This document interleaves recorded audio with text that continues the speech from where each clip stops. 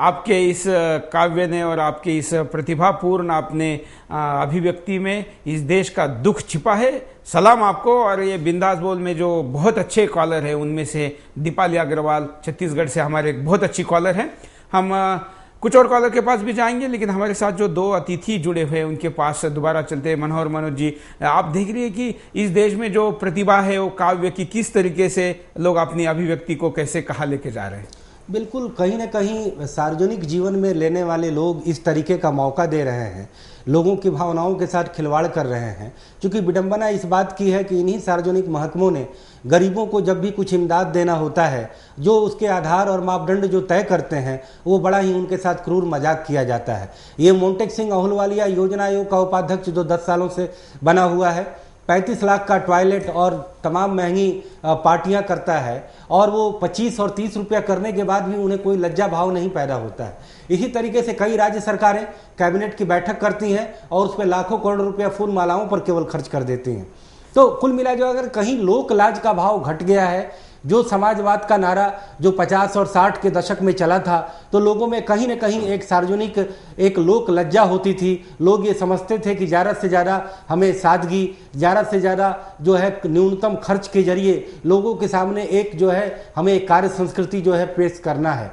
लेकिन आज इस नई आर्थिक नीति के बाद इस देश में कॉर्पोरेट कल्चर के बहाने इस देश के राजनीति में भी एक कॉर्पोरेट कल्चर आया है। और मुझे तो ये लगता है कि केवल हम इस पर भावनात्मक इस पर जो आख्यान कर रहे हैं, मैं तो ये भी कहूँगा कि हो सकता है ये खाना 8,000 का ना हो, 2,000 का खाना हो, चूंकि 100 रुपये और 200 रुपये में एक से एक लजीज थाली तैयार हो जाती है और सरकार ने जो इसके कॉन्ट्रैक्टर है उसको फायदा पहुंचाया। मैं इसकी केवल एक वानगी के रूप में लेता हूं।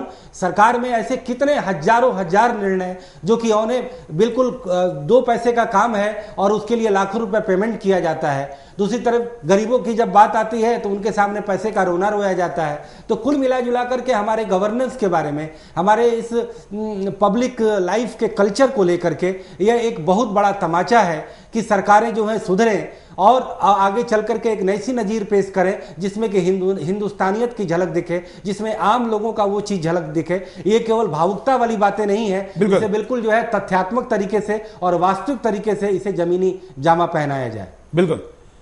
हम कुछ कॉलर से भी बात करते हैं। नमस्कार। नमस्कार सर, प्रदीप तिवारी बोलो चैनल से। बोलिए सर। एक तरफ तो कांग्रेस सरकार कहती है कि कांग्रेस का हाथ आम आदमी के साथ, और दूसरी ओर सरकार को क्या हाथ है हमारे लिए 100 रुपए की थाली और खुद के लिए 8,000। क्या इसका जवाब कौन होगा? क्या ये कोयला घोटाला वाला ये थाली है या कॉमनवेल्थ घोटाला, या क्या ये सारे घोटाले करके ये अपनी ही पेट भरे जा रहे हैं और गरीबों का हाथ मार रहे हैं? बिल्कुल। क्या इसके लिए नहीं कि अमेरिका को मतलब आगे आके आंदोलन करना चाहिए? गरीब या भूखे मरी सरकार का कांग्रेस आम आदमी के साथ। धन्यवाद। फेसबुक पर शिकागो से निर्मला राघवन लिखती है कि मुझे लिखा है कि सुरेश जी, अगर लाखों करोड़ रुपए का भ्रष्टाचार करने के बाद भी आप अगर 7,000 की थाली खाने नहीं देंगे तो पैसे कमाए किस लिए है? ये व्यंग पूछा है शिकागो से किसी भारतीय जो NRI है उन्होंने। एक और कॉलर से बात करते हैं। नमस्कार। हेलो, बोलिए। सुरेश जी, आप एक तो बता रहे हैं कि आज बहुत पवित्र दिन है, मैं ऐसे व्यंजनों का नाम नहीं लेना चाहता, और दूसरी तरफ ये लोग ऐसे ऐसे व्यंजन खा कैसे जाते हैं? इनको ये अंदर हजम कैसे हो जाता है इनके? यही तो हम पूछ रहे हैं। अभी मैंने मनोज जी पत्रकार है इसलिए उनको पूछा कि ये क्या कैसे हजम हो जाता है। सीमेंट खाते हैं फिर भी हजम हो जाता है, लोहा खाते हैं हजम हो जाता है, कोयला खाते हैं हजम हो जाता है, चारा खाते हैं हजम हो जाता है। उधर महाराष्ट्र में तो डैम की डैम खा गए, वो भी हजम हो गए। ये क्या हजमोला का कोई प्रोडक्ट है या पता नहीं इनके पास कहां से ये जड़ी बूटी आ जाती हैं, या ये सत्ता के नशा के बाद कोई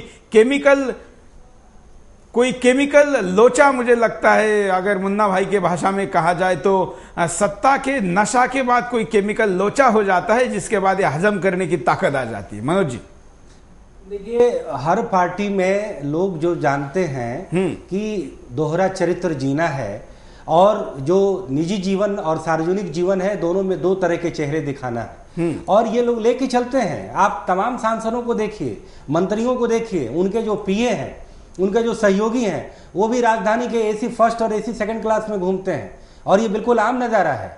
तो सरकारों ने, ये समाजवादी जो सरकारें रही हैं, क्यों लेकिन आज कुछ लोग अच्छे रहे। देखिए, मुझे याद है, मैं खुद एक बार दिल्ली से मुंबई जा रहा था, तब भारत सरकार के रक्षा मंत्री थे जॉर्ज फर्नांडिस मेरे बगल की सीट पर थे, जो कि इकोनॉमी क्लास में हम सफर कर रहे थे।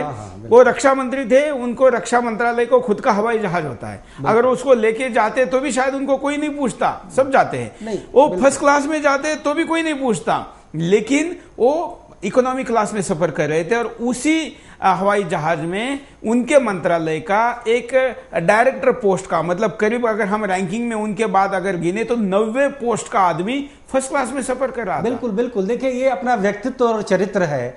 लोग अगर उच्च व्यक्तित्व वाले लोग हैं तो उसमें वो सादगी को अपना स्थान देते हैं, और अपने वो पद और अपने महकमे के आधार पर उनका दिमाग इतना बिगड़ा नहीं होता है कि वो विलासिता की आंधी में बहने जाए। आपने अभी तो राजनेता के रूप में जॉर्ज फर्नांडिस का नाम लिया, क्योंकि कई बार क्या होता है कि जॉर्ज फर्नांडिस सादगी के प्रतीक रहे हैं, मैं इससे इनकार नहीं करता, लेकिन कई बार लोग पोस्चरिंग करते हैं, पब्लिक फिगर के लोगों के सामने दिखाते हैं कि देखो मेरा ये 4 रुपए खादी का कुर्ता है, लेकिन अंदर जो है 400 करोड़ का उनका कारोबार होता है।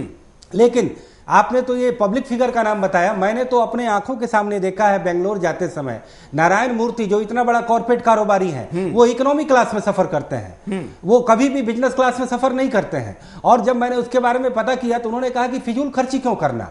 और मेरे हिसाब से इस देश में ऑस्टेरिटी का यदि मेजर अपनाया जाता है तो हर विभाग, हर मंत्रालय और हर खर्चे को उसकी क्या औचित्य है, उसकी क्या उपादेयता है, उसका पूरा रिव्यू हो, और इसके जरिए लाखों लाख करोड़ रुपए बचाया जा सकता है, लोगों के सामने मैसेज दिया जा सकता है, और सार्वजनिक जीवन में शुचिता की बहाली की जा सकती है। सवाल यह केवल यूपीए की इस डिनर और लंच पार्टी का नहीं है, ये तमाम सरकारें करती हैं और तमाम नेता करते हैं। अपने पीआर एक्सरसाइज करने के लिए जो है वो करोड़ों करोड़ रुपए खर्च करके समाज के तमाम प्रतिष्ठित लोगों को बुलाते हैं और अपनी वो स्ट्रेटजी तैयार करते हैं। तो कहीं ना कहीं ये व्यवस्था जनित समस्या है, हमें इस व्यवस्था पर चोट करना होगा। कोई पार्टी विशेष और नेता विशेष की बात नहीं है, हमें उस सार्वजनिक पार्टी विशेष क्या, विपक्ष की भी जो बैठकें होती है, विपक्ष के भी जलसे होते हैं, वो भी 5 स्टार होटल के नीचे नहीं हो रहे हैं। कम्युनिस्ट भी इसमें इस खाने में होंगे ना, ये 375 जो है उसमें वो भी तो होंगे। बिल्कुल बिल्कुल बिल्कुल, वो भी इसमें है। और बल्कि निजी जीवन में अगर आप वामपंथियों से बात करें तो वो तो गरीबी भुखमरी की बड़ी बात आदर्शवादी तरीके से करते हैं,